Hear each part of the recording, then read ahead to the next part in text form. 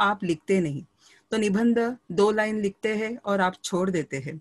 तो यह रचना विभाग में अतिशय महत्वपूर्ण ये भाग है।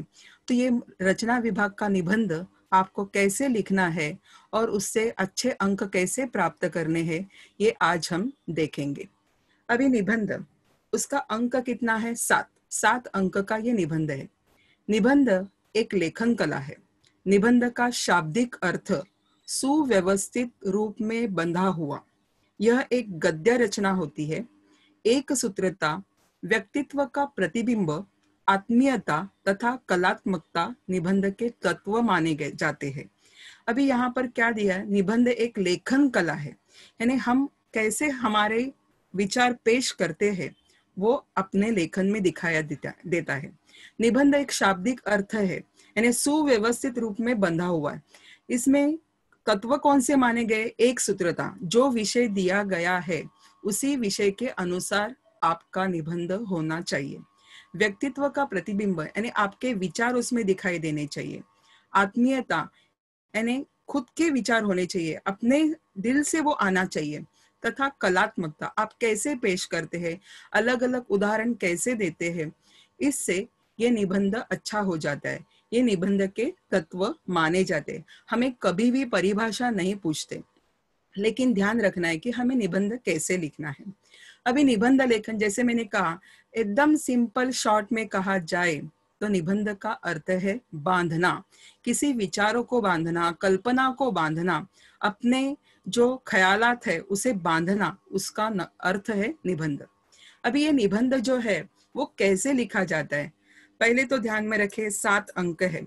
ये 7 अंक के लिए मुझे कितना लिखना है? तो 7 अंक के लिए आपको 1.5 पेज, यानी 1.5 यानी फुल स्केप पेज, एक पूरा फुल स्केप और एक आधा फुल स्केप। इससे ज्यादा हो तो 1.25 या 2 तक चल सकता है, लेकिन उससे ज्यादा मत लिखो कि मैंने 2-2.5 पेज का लिखा, लेकिन 7 अंक के लिए काफी है। भूमिका और प्रस्तावना, यह निबंध लेखन है। प्रस्तावना, कोई भी विषय हो तो उसके 3 परिच्छेद होते हैं। कहानी हो, पत्र लेखन हो, कोई भी हो, तो वहां पर प्रस्तावना, विषय विवेचन और समापन होता ही है। अभी यहाँ प्रस्तावना में क्या लिखना है? तो प्रस्तावना में जो आपको विषय दिया गया है उसकी शुरुआत करनी है, उसका आपको प्रस्तावना देनी है। तो वो भूमिका, उसका अर्थ क्या है, उस विषय का अर्थ क्या है, वो बताना है। आप अगर सुवचन से या किसी मुहावरे या चुटकुले से भी आप शुरुआत कर सकते हैं। उसका अर्थ लिखना है, उसका महत्व बताना है उस विषय का, उस विषय का प्रभाव क्या है। प्रभाव यानी उस विषय के अंतर्गत अपने ख्यालात क्या है, लोगों के दिल में ख्यालात क्या है, यानी लोग समाज क्या समझता है और मुझे क्या लगता है, यानी उस विषय का प्रभाव होना चाहिए। उस विषय में लाभ भी होना चाहिए, हानियां भी होनी चाहिए, यानी उस विषय के कारण यानी क्या लाभ होते हैं, क्या हानियां, दोनों तरफ से हमें देखना है। उसके उपाय क्या है, मेरे ओर से उपाय क्या है, ये सभी बातें निबंध लेखन में आनी जरूरी है। उपसंहार यानी तीसरा परिच्छेद, जो समापन का कहते हैं, जैसे शुरुआत अच्छी होती है वैसे समापन भी आपको अच्छी तरह से करना है, तो ही वो निबंध अच्छा कहलाता है।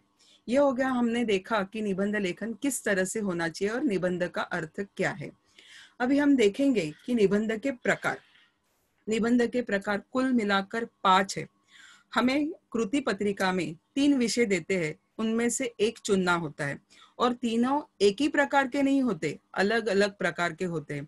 इसलिए मुझे 5 प्रकारों में से कौन सा प्रकार अच्छा लगता है उस पर आप ज्यादा ध्यान दीजिए। अभी पहला प्रकार है वर्णनात्मक, दूसरा चरित्रात्मक, तीसरा कल्पनात्मक, चौथा वैचारिक और 5वां आत्मकथा। अब ये वर्णनात्मक है, इसमें वर्णन का जरूरी है। वर्णन यानी क्या? वो वर्णन करते समय हमारे आंखों के सामने चित्र आना चाहिए, यानी कोई भी हो, मेरी गांव की सैर ऐसी हो तो अपना गांव जो है उसके बारे में बताना है, तो लोगों के सामने वो गांव खड़ा रहना चाहिए। तो ये वर्णनात्मक हो गया। चरित्रात्मक, चरित्रात्मक का अर्थ क्या है? किसी व्यक्ति का चरित्र, फिर उसका चरित्र कैसा है, वो दिखने में कैसा है, उसका स्वभाव कैसा है। यानी दिखने में कैसा है उसका मतलब क्या? उसकी यानी वो बौना है, ऊंचा है, कद कैसा है, उसका रंग कैसा है, यानी बाल वगैरह, यानी किसी की ऐसी विशेषता होती है, देखने पर ही मन में छा जाते हैं, तो वो चरित्र है। लेखक हो, नेता हो, कोई भी हो, खिलाड़ी हो, वो चरित्रात्मक होते हैं। या अपने घर के परिवार के भी लोग हो सकते हैं, मेरी माँ, मेरे दादाजी, मेरे पिताजी, ऐसे चरित्रात्मक भी हो सकते हैं। मेरा प्रिय लेखक, ये चरित्रात्मक निबंध के अंतर्गत आता है। कल्पनात्मक, कल्पना इस नाम से ही हमें पहचान में आता है कि कल्पना यानी हमारे मन में जो विचार आते हैं, जो हम कर नहीं सकते, सपने देखते हैं, कि कल्पना करते हैं। कभी कहते हैं कि हम सपनों में ऐसे करेंगे, वैसे करेंगे। ऐसे जो होती है कल्पना हमारे मन के, जो वास्तव में साकार नहीं हो सकती, लेकिन हम कल्पना में जी सकते हैं। अगर मुझे पंख होते, ऐसे निबंध आता है, तो ये कल्पनात्मक है। वास्तव में मुझे पर नहीं होते हैं, लेकिन मैं ऐसे कल्पना करता हूँ कि पर होते तो क्या होता, पंछी कैसे उड़ते आसमान में, वैसे मैं भी उड़ता। ये जो है ये कल्पनात्मक है। अगर मैं मुख्यमंत्री होता, तो मुख्यमंत्री की बातें जो है, जो कौन सी मुझे अच्छी लगती है, मैं क्या कर सकता था, जो मुझे अच्छी नहीं लगती, उसके अंतर्गत मैं क्या काम करता था, ऐसे अलग अलग कल्पना लेकर कल्पनात्मक निबंध लिखते हैं। वैचारिक, वैचारिक निबंध में अपने मन के विचार आते हैं। ये देखना कि विचार जो है, कि अगर मोबाइल, आजकल सबके पास मोबाइल है, इस मोबाइल से लाभ और हानि क्या होती है, ये विचार है। टेलीविजन है, या फिर और सिनेमा वगैरह जो है, उसके हमारे परिणाम क्या होते हैं, लाभ भी कहना है, हानि भी कहनी है, और विचार भी लिखने हैं कि किस तरह से अच्छा है। ये वैचारिक है। आत्मकथा, पूरे निबंध प्रकार में आत्मकथा सबसे महत्वपूर्ण मानी जाती है। आत्म यानी मैं खुद, तो मेरी कथा लिखनी, भले वो वस्तु हो, जगह हो या व्यक्ति हो, उसमें हम खुद है ये समझकर आत्मकथा लिखनी है। इस तरह से निबंध के 5 प्रकार है। वो पांचों प्रकार में से आपको कौन सा अच्छा लगता है, उस पर ज्यादा से ज्यादा आप पढ़ाई करें। यानी दो, यानी 3 में से 2 कोई भी एक लिखना है, आप 2 प्रकार अच्छी तरह से करके लिखिए, यानी उसमें आ सकता है। और वर्णनात्मक है तो हम वर्णन तो करते हैं। इस तरह से हमने निबंध के प्रकार देखे, उसके बारे में ज्यादा जानकारी देखेंगे। वर्णनात्मक निबंध, इसके अंतर्गत वस्तु, व्यक्ति, जगह का वर्णन विस्तार पूर्वक किया जाता है। उदाहरणार्थ, ऐतिहासिक स्थल की सैर, नदी किनारे 2 घंटे, मेरा गांव आदि। अभी मैंने पहले ही कहा कि वर्णन की आंखों के सामने वो चित्र आना चाहिए।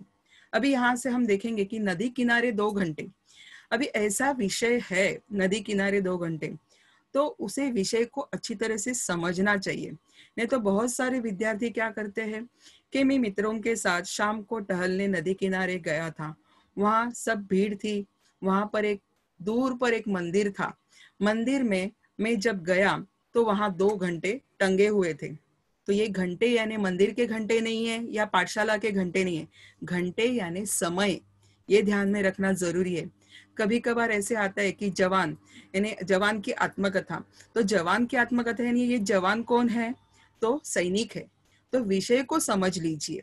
तो ये 2 घंटे जो है नदी किनारे, तो कैसे बिताए, वहां का वर्णन करना चाहिए। नदी किनारे यानी आसपास का यानी निसर्ग कैसा है, फिर वहां कितने लोग, कैसे क्या, यानी जो कुछ है वहां का वर्णन करना है। कुछ घटना घटी है क्या, वो 2 घंटे आपके कैसे बीते, ये वर्णन होना आवश्यक है। शुरू से अंत तक रोचक वर्णन होना आवश्यक है। ये वर्णनात्मक निबंध के अंतर्गत आता है। चरित्रात्मक निबंध, चरित्रात्मक निबंध जो है, इसके अंतर्गत किसी व्यक्ति के विषय में पूरी जानकारी दी जाती है। रहन सहन कैसा है, स्वभाव कैसा है, शारीरिक वर्णन, जैसे मैंने कहा कद, मेरा प्रिय खिलाड़ी, मेरे दादाजी, मेरा प्रिय लेखक इत्यादि विषय उसमें आते हैं। अभी मेरा प्रिय खिलाड़ी प्रस्तावना करनी है तो कैसे करनी है, वैसे तो बहुत सारे खेल है हमारे यहाँ, उसमें बहुत सारे अच्छे खिलाड़ी खेलते हैं, लेकिन क्रिकेट के जगत में मेरा प्रिय खिलाड़ी सचिन तेंदुलकर है, सुनील गावस्कर है, जो भी है आप लिख सकते हैं। पहले आपको प्रस्तावना देनी है, और बाद में ये आपका दूसरा परिच्छेद शुरू होगा। दूसरे परिच्छेद में क्या है, आपने जिस खिलाड़ी का नाम लिखा है वो दिखने में कैसा है, यानी उसका कद कैसा है, ऊंचाई कितनी है, यानी वो उसका रंग कैसे है। इस तरह से व्यक्तित्व और चरित्र, व्यक्तित्व यानी शारीरिक वर्णन, और चरित्र यानी उसका स्वभाव, यानी आप जिसे जाने माने पढ़ा हुआ है, देखा हुआ है, उसके बारे में आप लिख सकते हैं। नहीं तो दो मेरा प्रिय खिलाड़ी सचिन तेंदुलकर है, ये अच्छा खेलता है, वो ऐसे है वैसे है, ऐसे खेलकर सिर्फ 2-4 वाक्य लिखकर निबंध नहीं पूरा होता, तो उसकी पूरी जानकारी होनी चाहिए। तो मेरा प्रिय जो भी हो, दादाजी हो, नाना जी हो, मेरी माँ हो, जो कुछ मेरा प्रिय, इसके अंतर्गत चरित्रात्मक निबंध आता है। तो ये ध्यान से लिखना है। कल्पनात्मक निबंध, कल्पनात्मक निबंध मैंने बताया है कि कल्पना में हम खोए जाते हैं। इसके अंतर्गत अपनी मन की कल्पना का वर्णन होता है। उदाहरणार्थ, यदि मोबाइल न होता, यदि परीक्षा ना होती, ये तो आपके लिए बहुत अच्छा है, यदि परीक्षा ना होती, यदि मैं मुख्यमंत्री होता, ये कल्पना के अंतर्गत, जैसे मुझे पर होते, जैसे मैंने कहा, तो ये कल्पना में अपनी उड़ान भरनी है। हमारा जो मन है, आज तुम मेरे सामने बैठे हो, लेकिन आपका मन कहीं तो भी घूमता है, घर में गया होगा, या किसी मित्र के साथ गया होगा, या आपके गांव में गया होगा, या कहीं और कौन से विचारों में घूमता होगा। यानी बैठे हैं, फिजिकली आप मेरे सामने हो, लेकिन मन से आप कहीं उड़ान भरते हो। उसके लिए कोई भी पासपोर्ट नहीं लगता, या कोई भी परमिशन नहीं लगती। जैसे मुझे पर होते तो मैं कहीं भी उड़ान कर सकता था। यानी उसके लिए मुझे टिकट लेने की जरूरत नहीं, इस स्टेशन से उस स्टेशन, इस देश से उस देश में जा सकता हूँ। ये हमारी कल्पना है। तो ऐसे कल्पना का विचार जो है वो निबंध में आना चाहिए, और शुरुआत से अंत तक उसको बांध के रखना चाहिए, वही निबंध है। चौथा है वैचारिक निबंध। विषय से संबंधित विचारों के पक्ष विपक्ष को और जरूरी विचारों की संपन्नता जितनी अधिक है, उतना वैचारिक निबंध अच्छी तरह से लिखा जाता है। अभी यहाँ वैचारिक निबंध के अंतर्गत विज्ञान के चमत्कार है, बेटी बचाओ बेटी पढ़ाओ, ऐसे है। अभी विज्ञान के चमत्कार ये निबंध लिखते समय हमें क्या करना है? तो विज्ञान, विज्ञान का अर्थ क्या है, उसकी परिभाषा पहले बतानी है। परिभाषा बताने पर विज्ञान यानी जो प्रयोग के द्वारा हम सिद्ध कर सकते हैं, उसे विज्ञान कहा जाता है। विज्ञान के साथ साथ शास्त्र का भी नाम लेते हैं।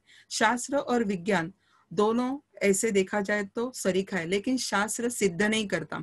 हम कहते हैं कि हमारे शास्त्रों में ऐसे कहा है, लेकिन हम सिद्ध कर नहीं पाते, विज्ञान सिद्ध करता है।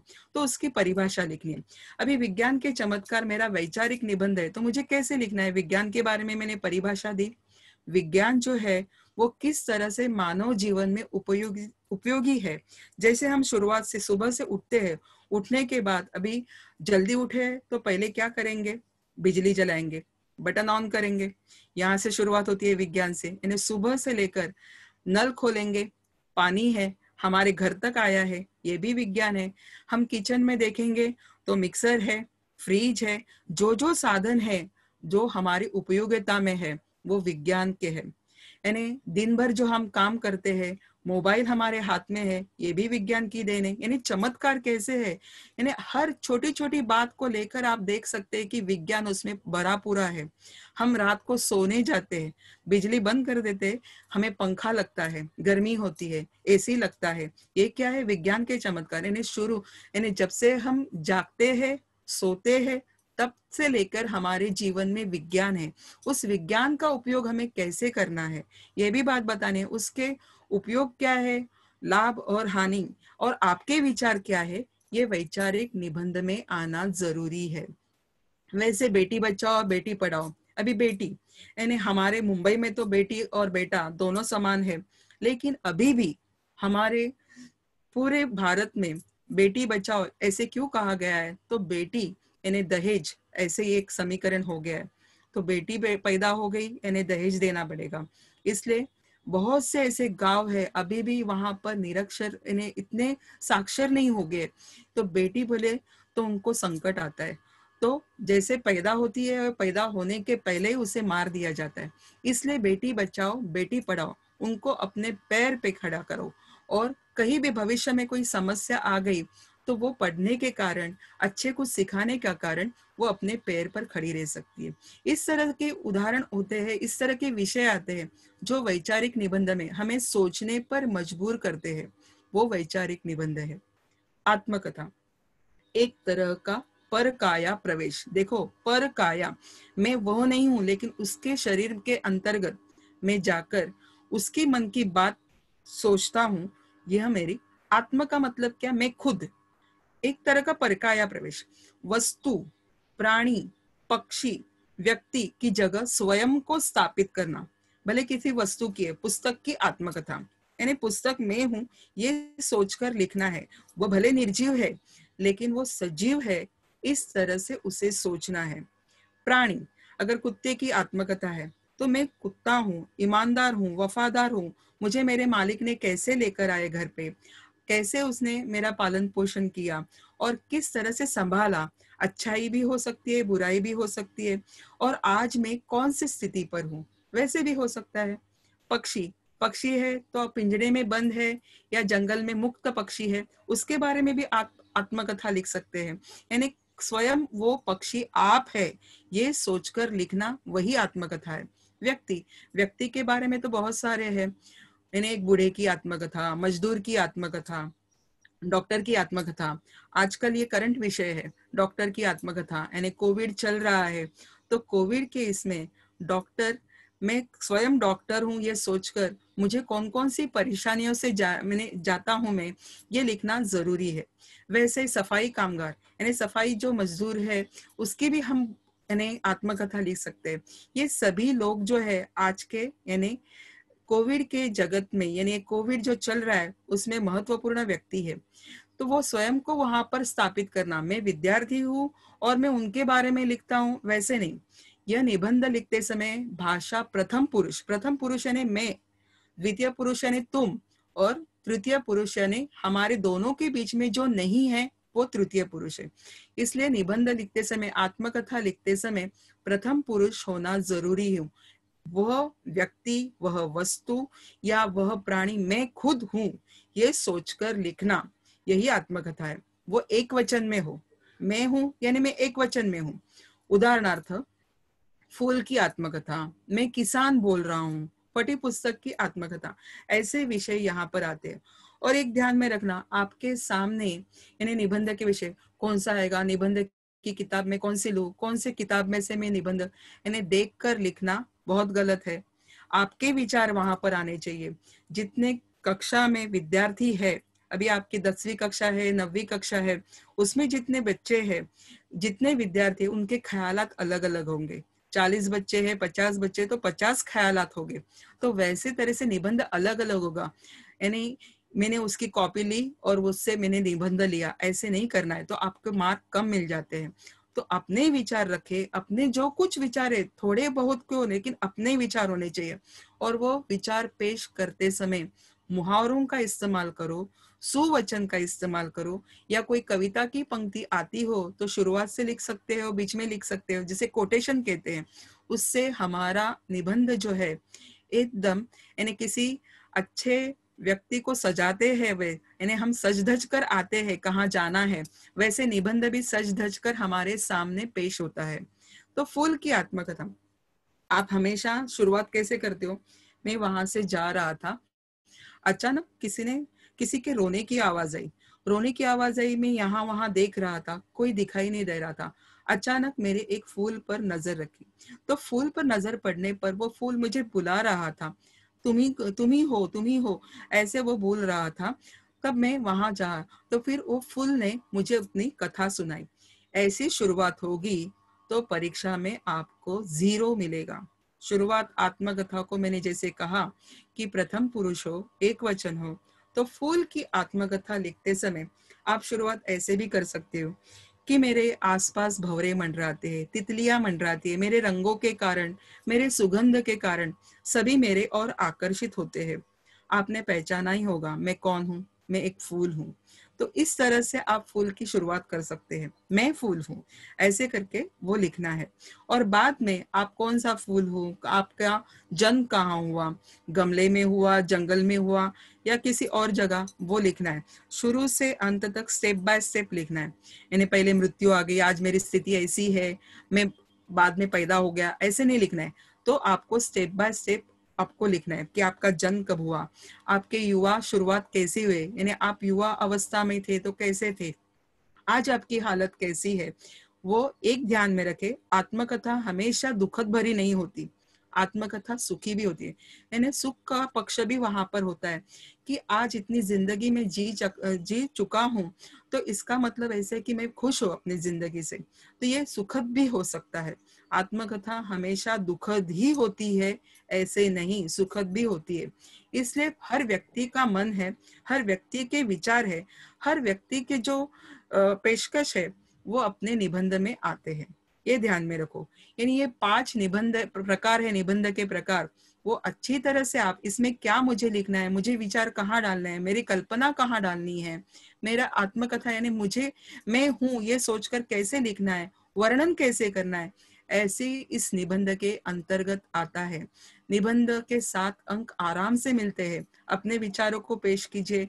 जो मुहावरे आपके सामने आए हैं 5वीं से लेकर अब तक जितने पढ़े हैं, छोटे छोटे मुहावरे, छोटे छोटे वाक्यों से आप निबंध अच्छी तरह से लिख सकते हो। सजा धजा कर, बांध कर, निबंध यानी बांध कर आप दूसरों के सामने पेश कर सकते हैं।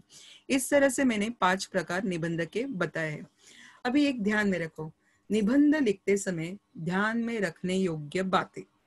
अभी महत्वपूर्ण बातें हैं। मैंने कहा निबंध के विषय पर विचार करके रूपरेखा तैयार करें। आपके सामने 3 विषय दिए, उसमें से एक विषय आपको लिखना है। सॉरी, एक विषय लिखना है, तो वो विषय क्या है, उस पर मैं विचार कर सकता हूँ क्या, ये अच्छी तरह से आपको लिखना है। तो विचार करके रूपरेखा तैयार करनी है कि इस विषय पर मैं लिख सकता हूँ। निबंध में कम से कम 3 परिच्छेद आवश्यक। जैसे मैंने कहा, कहानी हो, पत्र लेखन हो, या फिर कोई भी ऐसी बड़ी बात लिखनी है, तो वहां परिच्छेद होना आवश्यक है। मुख्य रूप से 3 परिच्छेद, उसके अंतर्गत आप कितने भी छोटे छोटे परिच्छेद कर सकते हैं।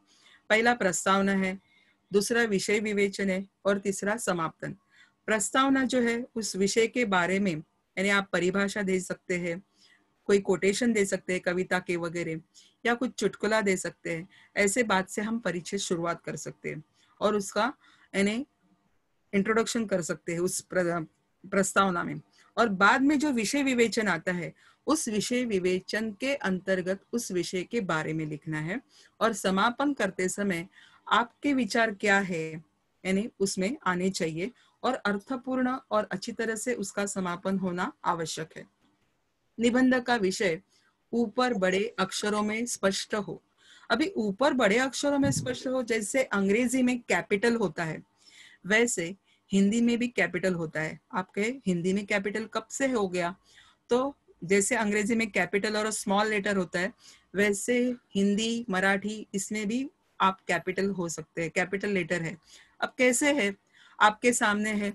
मैंने ऊपर जो शीर्षक लिखा है, निबंध लिखते समय ध्यान में रखने योग्य बातें, ये मेरा जो है, ये महत्वपूर्ण बातें जो मैंने लिखी है, वो मैंने बड़े अक्षरों में लिखी है। वैसे ही निबंध लिखते समय आपका विषय उसके ऊपर बड़े अक्षरों में होना जरूरी है। 3 विषय दिए, उसमें से आपने एक चुना है। 1 नंबर का विषय है किसान की आत्मकथा, दूसरा है कि नदी किनारे 2 घंटे, तीसरा विषय है कि मोबाइल लाभ और हानि या भ्रमण ध्वनि कहते हैं। ऐसे 3 विषय उसमें से मैंने चुना कि पहला विषय चुना तो मुझे 1 अंक डालना है, दूसरा विषय चुना तो 2 अंक डालकर उसका विषय लिखना है। जो नंबर आपके कृति पत्रिका में दिया हुआ है वो वहां पर नंबर डालना है, और शीर्षक बड़े अक्षरों में, उसका नाम जो है शीर्षक यानी विषय, निबंध का विषय जो है वो बड़े अक्षरों में लिखना है, स्पष्ट हो उसमें। यानी आप काटछाट मत करो, यानी काटछाट हो गई तो हमारा प्रेजेंटेशन बराबर नहीं होता। लोगों के सामने पहले वो काटा हुआ दिखाई देता है, भद्दा दिखाई देता है। इसलिए हमारा कोई भी यानी पेपर लिखते समय, कृति पत्रिका यानी उत्तर पत्रिका लिखते समय, हमारा पेपर साफ सुथरा हो, जिसमें काटछाट ना हो, मात्राओं की गलती ना हो। यानी देखने वालों को पहले ही देखकर हाँ स्पष्ट है, स्वच्छ है, ये देखकर उसका मन खुश हो जाता है, तो उसका भी परिणाम होता है, ये भी देख लीजिए। तो निबंध का विषय ऊपर बड़े अक्षरों में स्पष्ट हो, प्रारंभ आकर्षक हो, किसी कविता की पंक्ति, कोई छोटी कहानी या चुटकुला देकर आप कर सकते हैं। चुटकुला का मतलब क्या है कि छोटा सा एक कॉमेडी, ऐसे कुछ ऐसे मजेदार बात हो उस विषय में, आप उसे देकर शुरुआत कर सकते हैं। मध्य भाग में निबंध के विषय का विचार स्पष्ट हो, पक्ष विपक्ष रखे। पक्ष विपक्ष का अर्थ क्या है, यानी उसके लाभ और हानि ये दोनों लिखना आवश्यक है। विषय से विषयांतर ना हो। आप विषय लिखते हैं फूल की आत्मकथा, लेकिन पेड़ पर जा पहुंचे, वैसे नहीं होना चाहिए। फूल तो फूल के बारे में ही लिखना जरूरी है, यानी उससे संबंधित बात हो तो बात अलग है, लेकिन मुख्य प्रथम पुरुष क्या होना चाहिए, फूल ही होना चाहिए। अंत आकर्षक तथा सार्थक विचार तक ले जाने वाला हो। जैसी शुरुआत अच्छी है वैसे अंत भी अच्छा होना चाहिए, यानी हमारे विचार वहां पर स्पष्ट होना जरूरी है। निबंध के अंतर्गत मुहावरे, कहावतें, सुवचन का प्रयोग हो, उससे हमारी भाषा साहित्यिक भाषा लगती है। जो हम लिखते हैं, हमारी हिंदी भाषा नहीं है, हमारी हिंदी सेकंड थर्ड लैंग्वेज ये है। ये सेकंड थर्ड लैंग्वेज होने के कारण यानी हमें दिक्कत आती है कभी कभी लिखते समय। हमारी ज्यादा मराठी है तो मराठी कभी कभी शब्द आते हैं, तो उसे हमें अच्छी तरह से पढ़ना चाहिए, यानी पढ़कर हम अच्छी तरह से उस पर प्रभाव दे सकते हैं। छोटे छोटे वाक्य हो, कहावतें गए हैं, हमें मुहावरे गए हैं। जो मुहावरे है, कहावतें है, सुवचन है, इसका प्रयोग करने से हमारी भाषा साहित्यिक होती है, और साहित्यिक होने से सामने वाला जो जांचने वाला होता है या पढ़ने वाला होता है उस पर भी असर छा जाता है। तो निबंध इन्हें सुशोभित करने के लिए मुहावरे, कहावतें, सुवचन इसका प्रयोग करना आवश्यक है। मात्राओं के और ध्यान दें, ये सबसे महत्वपूर्ण। मात्राएं यानी क्या, जैसे मराठी में रस्व दीर्घ होता है वैसे हिंदी में भी रस्व दीर्घ, जैसे पहली वाली और दूसरी वाली, पहली मात्रा यानी रस्व, दूसरी मात्रा यानी दीर्घ। तो आपके सामने अभी निबंध का सिर्फ विषय है, तो विषय भी बराबर लिखना चाहिए। आप जो बातें लिख रहे हो, आपके विचार लिख रहे हो, आपके वाक्य जो है वो भी अच्छी तरह से हो। अच्छी तरह से यानी कि पूरे कृति पत्रिका में अलग अलग शब्द है, जो शब्द यानी रस्व दीर्घ ये भी ध्यान देना आवश्यक है, तो उसके भी मार्क है। तो हमें 7 अंक करने के लिए 3 परिच्छेद आवश्यक है। शीर्षक अच्छी तरह से लिखना है, सुवचन, कहावत, मुहावरे यानी सब एक साथ मार्क देते हैं, एक साथ अंक देते हैं। यानी ये परिच्छेद के लिए 2 अंक, ये परिच्छेद के लिए नहीं। यानी आपने निबंध कैसे लिखा है, आपके विचार क्या है, आपकी भाषा कैसी है, आपने बराबर लिखा है कि नहीं, जितने शब्दों में कहा है उतने शब्द के अंतर्गत आप आ गए हैं क्या नहीं, और अलग अलग छोटे छोटे जो उदाहरण दिए हैं वो उदाहरण उस विषय से संबंधित है या नहीं, यह सब बातें देखी जाती है। आपने इतना 2 पेज लिखा, 3 पेज लिखा, वो मायने नहीं रखता, आपके विचार मायने रखते हैं। भले वो 1.5 पेज भी हो 7 मार्क के लिए, 1 पेज भी लिखा लेकिन उसमें विचार पूरे आ गए हैं, तो वो आपको अच्छे अंक देते हैं। ये ध्यान में रखो। अभी आपके सामने इन्हें एक निबंध मैंने दिया हुआ है, कुर्सी की आत्मकथा। तो ये कुर्सी की आत्मकथा है, कैसे लिखा जाता है, एक उदाहरण पेश किया है। आप आराम से बैठ सकते हैं, आपको बैठकर राहत मिलती है, ऐसी मेरी खासियत है। आप पहचाने गए होंगे मैं कौन बोल रहा हूँ, तो मैं कुर्सी हूँ। मेरा जन्म एक बढ़ई के घर हुआ। बढ़ई यानी कौन, जो लकड़े का काम करता है वही। उसने अलग अलग तरह की कुर्सियां यानी मेरे भाई बहन बनाए थे, पर मेरे सेठ से जिसने मुझे खरीदा उसे मैं ही पसंद आई। मुझे लाया गया घर पर, तब मेरा इन्हें ऐसा रोब था और किसी का नहीं होता। मेरी सजावट भी बढ़ई ने खूब की थी कि लोगों की नजर मुझसे हटती नहीं। मुझे संसद भवन में, जहां से पूरे भारत का व्यवहार चलता है, वहां स्थापित किया। स्वतंत्रता के बाद कितने अध्यक्ष, कितनी पार्टियां मैंने देखी। मुझ पर जो बैठता था उसका अधिकार पूरे सांसदों पर चलता था। उसकी ही यही बात सभी सुना करते हैं, आप उसे स्पीकर कहते हो।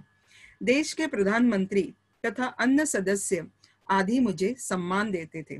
आज सम्मान स्वतंत्रता प्राप्त कर करीब 70 साल बीते, मेरी हालत भी कमजोर हुई। शारीरिक तौर से मुझे बूढ़ापन आ गया। बढ़ई ने मुझे अच्छी लकड़ी से बनाकर सजाया था, इसलिए इतने साल में टिक पाई।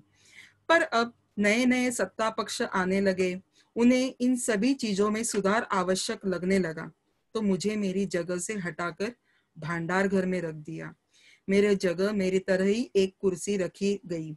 मैंने भी आनंद के साथ अपने हालात पर काबू पाया, यानी दुखी नहीं हो गई मैं, क्योंकि वहां यही जग है और यही जग की रीति है। मैं खुश हूँ। अब मैं, यानी क्योंकि मैंने ये सुनहरे पल जी रहे थे, मेरे लिए लोगों की नोकझोंक, झगड़ा सभी मैंने अनुभव किया था। ये पल मेरे लिए आज भी मेरे आंखों के सामने जीवित हो उठते हैं और मैं भूतकाल में जाकर अपना वर्तमान जी रही हूँ। यही मेरी कथा है। यह कुर्सी जिसके लिए लोग लालायित हो उठते हैं, ये कुर्सी की आत्मकथा, यानी एक निर्जीव है लेकिन मैं कुर्सी हूँ, ये सोचकर लिखना एक उदाहरण आपके सामने दिया। वैसे ही दूसरा उदाहरण, केरी मेरी अविस्मरणीय यात्रा। मुझे यात्रा करना बेहद पसंद है। छुट्टियों में हम कहीं ना कहीं परिवार के साथ जाते हैं। ऐसे ही एक बार गर्मियों की छुट्टी में हम नैनीताल गए थे। नैनीताल जाते समय तो यात्रा अच्छी तरह बीती। वहां से हम रानीखेत, कौसानी की ओर गए। कौसानी को तो भारत का स्विट्जरलैंड कहा जाता है। वहां के होटलों में कहीं पर भी पंखे नहीं है। ओढ़ने के लिए इतने मोटे ब्लैंकेट थे कि उनका बोझ संभल पाना मुश्किल हो रहा था। कौसानी में कवि सुमित्रानंद पंत का घर है। कौसानी की कोसी नदी ने, वहां के टेढ़े मेढ़े रास्तों ने मन को मोह लिया। अभी मन को मोह लिया, ये मुहावरा आ गया। देखो, सूरज तो सवेरे 5 बजे ही उदित होता है। वह सूर्योदय का नजारा कोई भी जिंदगी में नहीं भूल सकता। यहाँ सूरज उगता है और उसकी किरणों का प्रतिबिंब सामने के शिखरों पर पड़ने से किरणें फिर से परावर्तित होती है। यही शाम में भी देखने मिलता है, पर आसमान साफ हो तो। वहां से हम डलहौसी गए, फिर दिल्ली की ओर बढ़े। दिल्ली से मुंबई जाने वाली गाड़ियां रद्द की गई थी। जाट समाज का आरक्षण के लिए आंदोलन चल रहा था, इसीलिए सभी गाड़ियां देरी से चल रही थी या रद्द की गई थी। हम प्लेटफॉर्म पर गए तो हमारी गाड़ी का ठिकाना ही नहीं था और सब उसके बारे में कोई ना कोई कहता भी नहीं था। अपना सामान लेकर वही दिल्ली के प्लेटफॉर्म पर हमने रात बिताई। यह रात यादगार थी। कभी सोचा भी नहीं था कि प्लेटफॉर्म पर हमें लेटना पड़ेगा, क्योंकि प्रतीक्षा गृह तो पहले से ही भरा हुआ था। आखिर सवेरे 6 बजे हमारी गाड़ी प्लेटफॉर्म पर लग गई। हम गाड़ी में सवार हुए। जो गाड़ी दूसरे दिन 4 बजे मुंबई पहुंचने वाली थी, वो तीसरे दिन घूम फिर कर पहुंची, क्योंकि राजस्थान छोड़कर आंदोलनकर्ताओं से दूर हमारी ट्रेन ने दूसरा रास्ता अपनाया था। पर रेलवे वालों ने हमें जरा भी तकलीफ नहीं होने दी। खान पान की सुविधा भी ठीक से की। यही मेरी अविस्मरणीय यात्रा है। यहाँ पर अपने अनुभव देना है, तो लोगों को बांध कर रखना अपने विषय से, यही होता है। ये दो उदाहरण मैंने आपको, एक वर्णनात्मक निबंध कैसे लिखा जाता है और एक आत्मकथा वाला निबंध कैसे लिखा जाता है, ये आपके सामने मैंने रखा हुआ है। तो इस तरह से आपको अगर कुछ पूछना है तो मुझे पूछ सकते हो। निबंध में कुछ समझा नहीं है तो आप पूछ सकते हो। किसी को कुछ पूछना है? देखो, हमारा ये जो YouTube चैनल है, 10वीं और 9वीं रचना विभाग जो है, ये चैनल YouTube यानी जो है BMC का, वो आपको कभी भी देखा जा सकता है। आपको अगर निबंध के विषय में समझना है तो आप YouTube पर जाकर BMC EDU इस चैनल पर जाके, मराठी मीडियम के, तो आप अलग अलग वीडियो देख सकते हैं, हिंदी के हो, अलग अलग विषय के। और देखने के बाद आप सब्सक्राइब करें और लाइक करें, तो आपको ये अलग नहीं। आज मुझे लेक्चर अटेंड करने नहीं आया, लेकिन मेरे पास वो वीडियो है तो हम देख सकते हैं। तो ज्यादा से ज्यादा अपने जो पहचान वाले हैं, विद्यार्थी है, आपके साथ पढ़ रहे, 10वीं में है, 9वीं